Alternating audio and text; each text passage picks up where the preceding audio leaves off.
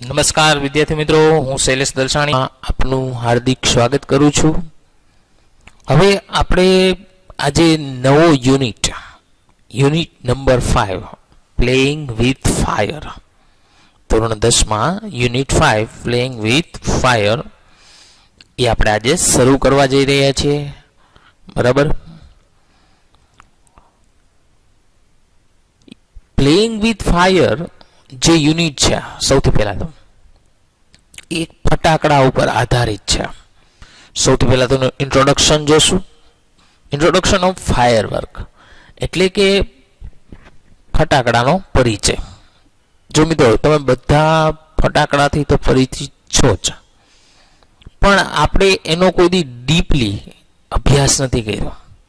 આ પાઠમાં આપણે છે ડીપલી અભ્યાસ કરવાનો છે. ફટાકડા કેવી રીતે બનાવવામાં આવે છે, તેમાં કયું કયું મટીરિયલ્સ છે એ એમાં નાખવામાં આવે છે, અને કઈ કઈ જગ્યાએ એનું પ્રોડક્શન થાય છે, શું આપણે ધ્યાન રાખવી જોઈએ, આ બધી જ બાબતો આપણે આ પાઠમાં વિગતવાર સમજવાના છીએ. ફટાકડા આપણે દિવાળી ઉપર ફોડીએ તો છીએ જ, પણ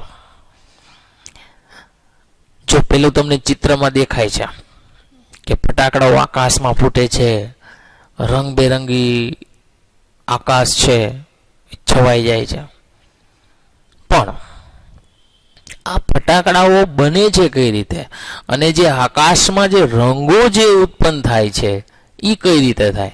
આપણે એમ તો ફટાકડામાં રંગો નાખતા આવીશું નહીં. એ એક એમ કહેવાય ને કે રાસાયણિક, એક કેમિસ્ટ્રી અને ફિઝિક્સ, આ બે વસ્તુઓ છે વિજ્ઞાનની, બંને વસ્તુઓ, કેમિસ્ટ્રી અને ફિઝિક્સ એટલે કે રસાયણશાસ્ત્ર અને ભૌતિક વિજ્ઞાન, આ બંનેનો સમન્વય છે ફટાકડાઓ. ફટાકડાઓમાં બંનેનો ઉપયોગ થાય છે, રસાયણનો ઉપયોગ થાય છે અને ભૌતિક વિજ્ઞાનનો પણ ઉપયોગ થાય છે. બીજા ચિત્રમાં તમે જોઈ શકો છો કે મિશ્રણ છે. 3 પ્રકારનું મિશ્રણ છે.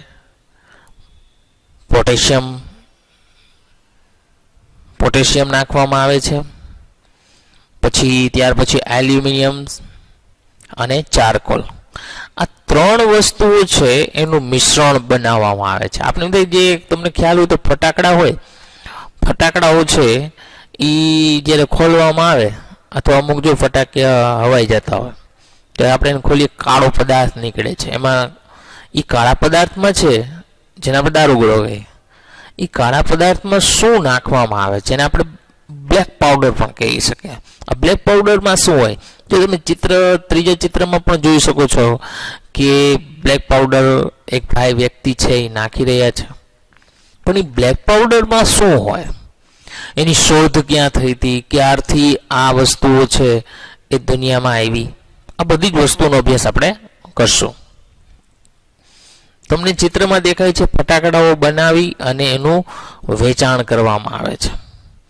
તમે પહેલા ચિત્રમાં જોઈ શકો છો ફટાકડાઓ છે બનાવવામાં આવે છે, બીજા ચિત્રમાં છે એનું વેચાણ કરવામાં આવે છે. બરાબર, ખાસ તો આ બંને વસ્તુઓ છે એ બનાવવું અને વેચવું એક વેપાર છે.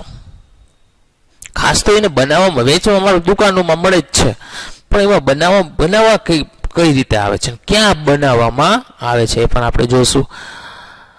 અને દિવાળી ઉપર જે આપણે ફટાકડાઓ જે ફોડીએ છીએ, બરાબર, આપણે તો ખાલી ફટાકડા ફોડીએ છીએ, પણ એને કઈ રીતે બને છે એના વિશે આપણે વિગતવાર ચર્ચા કરીશું. તો પાઠની શરૂઆત કરીએ છીએ. પહેલો પેરેગ્રાફ છે, one of our favorite festival in India is Deepavali. Favourite એટલે શું થાય? પ્રિય.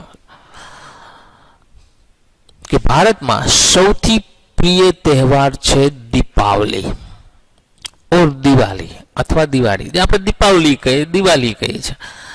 As it is known in the north, અને ઉત્તરમાં તેને દિવાળી તરીકે ઓળખવામાં આવે છે. આપણે દિવાળી કહીએ છીએ, ઘણી જગ્યાએ દીપાવલી કે દક્ષિણ ભારતમાં ને તમે એમાં જાઓ, સાઉથમાં જાઓ તો દીપાવલી, અને નોર્થમાં જાઓ તો તો એને શું કહેવામાં આવે છે? દિવાળી.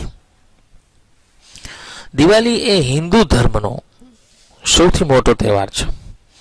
આપણું નવું વર્ષ હિન્દુ કેલેન્ડર પ્રમાણે, હિન્દુ ધર્મના કેલેન્ડર પ્રમાણે જોઈએ તો દિવાળી છે એ વર્ષનો છેલ્લો દિવસ હોય.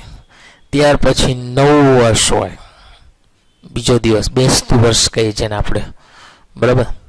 ત્યારે પણ ફટાકડા ફોડીએ છીએ. ફટાકડા ત્યારે એટલા માટે ફોડવામાં આવે છે કારણ કે પ્રકાશનું પર્વ છે. દીવા પ્રગટાવવામાં આવે છે, મીણબત્તી સળગાવવામાં આવે છે, બરાબર. અને લોકો હર્ષોલ્લાસથી મીઠાઈઓ ખાય છે અને આ તહેવારને ઉજવે છે. There is nothing to match. Match એટલે એની સાથે મેચ થવું. ધ એક્સાઇટમેન્ટ એટલે ઉત્સાહ. વેન ક્રેકર્સ એટલે ફટાકડાઓ go off in the night sky with loud bang, કે જ્યારે તેની સાથે કોઈ સરખામણી નથી, કે જ્યારે ફટાકડાઓ રાત્રિના આકાશમાં ઊંચે જાય છે અને મોટા ધડાકાની સાથે ફૂટે છે. લાઉડ બેંગનો મિનિંગ શું થાય? ધડાકાની સાથે ફૂટવું. And a brilliant shower of colour. Shower એટલે વર્ષા થવી, કલર્સ એટલે રંગો, બ્રિલિયન્ટ એટલે તેજસ્વી, અને તેજસ્વી રંગોનો વર્ષા થાય છે. જોજો આકાશમાં જ્યારે ફટાકડાઓ ફૂટે છે ત્યારે રંગો બને છે. એમાંથી અલગ અલગ રંગો હોય, લાલ હોય, લીલો હોય, પીળો હોય, સફેદ હોય. આ બધા રંગો બને છે. આપણે એનો આનંદ પણ માણીએ છીએ, પણ આપણે ક્યારેય એવું બહુ ઓછું વિચારીએ કે આ કેવી રીતે થતું હોય છે. આકાશમાં જે ફટાકડાઓ ફૂટે છે એમાંથી જે રંગો બને છે એ કેવી રીતે બનતા હશે. મેની ઓફ અસ એટલે આપણામાંથી ઘણા બધા માઇટ વન્ડર એટલે આપણામાંથી ઘણા બધાને એવો વિચાર આવે, how this fire works are made, કે આ ફટાકડાઓ કેવી રીતે બનાવવામાં આવે છે. એન્ડ વોટ ગોઝ ઇનટુ ધેમ, અને તેમાં શું નાખવામાં આવે છે. ધ ફિઝિક્સ એટલે ભૌતિક વિજ્ઞાન, એન્ડ કેમિસ્ટ્રી એટલે કે રસાયણ વિજ્ઞાન ઓફ ફાયરવર્ક ઇઝ ઇન્ટરેસ્ટિંગ એટલે રસપ્રદ, કે ફટાકડાનું ભૌતિક વિજ્ઞાન અને રસાયણ વિજ્ઞાન ખૂબ જ રસપ્રદ છે. As the sound and the light they emit કરવું. આ શબ્દ આમાં આ પાઠમાં સૌથી વધારે આવશે. એમિટ કરવું એટલે બહાર ફેંકવું. ઓકવાને આમ તો એમિટ કહેવાય, પણ ઓકવું એટલે એમ મીન્સ કે બહાર ફેંકવું. કે ફટાકડાનું ભૌતિક વિજ્ઞાન અને રસાયણ વિજ્ઞાન ખૂબ જ રસપ્રદ છે. As the sound and the light they emit, જ્યારે તેમાંથી અવાજ અને પ્રકાશ ઉત્પન્ન થાય છે અને બહાર ફેંકાય છે.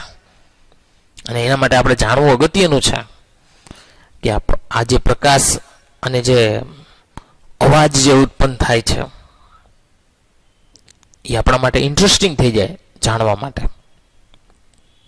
આ પેરેગ્રાફ બધી પ્રશ્નો પણ છે. પહેલો પ્રશ્ન છે, nothing can match the excitement when, કે જ્યારે nothing can match the excitement when the crackers go off in the night sky, કે જ્યારે ફટાકડાઓ છે આકાશમાં રાત્રિના આકાશમાં જાય છે. વિથ ધ લાઉડ બેંગ મોટા ધડાકાની સાથે ફૂટે છે. And brilliant shower of colours અને રંગબેરંગી વર્ષા થાય છે. The physics and the chemistry firework is as interesting as, કે તે રસપ્રદ બની જાય છે જ્યારે, કે the physics and chemistry of a firework